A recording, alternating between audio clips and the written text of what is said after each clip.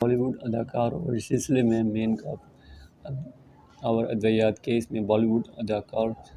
اداکارہ سارہ علی خان سے تفتیش کے بعد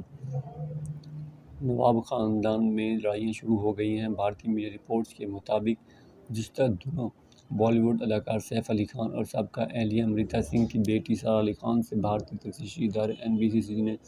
تفتیش کی تھی۔ رپورٹس میں کہا گیا ہے کہ سارہ علی خان سے کیف اور ادویات کیس میں تفتیش کے دوران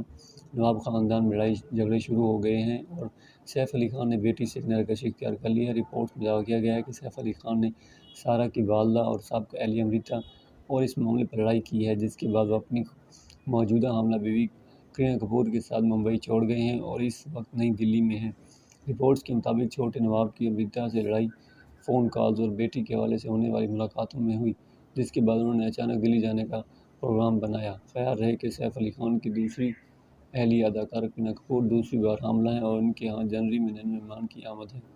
جبکہ وہ اس وقت بھی فلم لال سنگھ چڈھا کی شوٹنگ میں مصروف ہیں۔ واضح رہے کہ گزشتہ دنوں بالی ووڈ کی خود سوزی کی تحقیقات کے دوران کیف اور ادویات کے استعمال کا پہلو بھی سامنے آیا اور تحقیقات کے دوران NBCC نے دیپکا پاڈوکون، شردھا کپور، سارہ علی خان اور راکول پریت سنگھ سے پوچھ گچھ کی۔ یہ خبریں بھی سامنے آ رہی ہیں کہ مذکورہ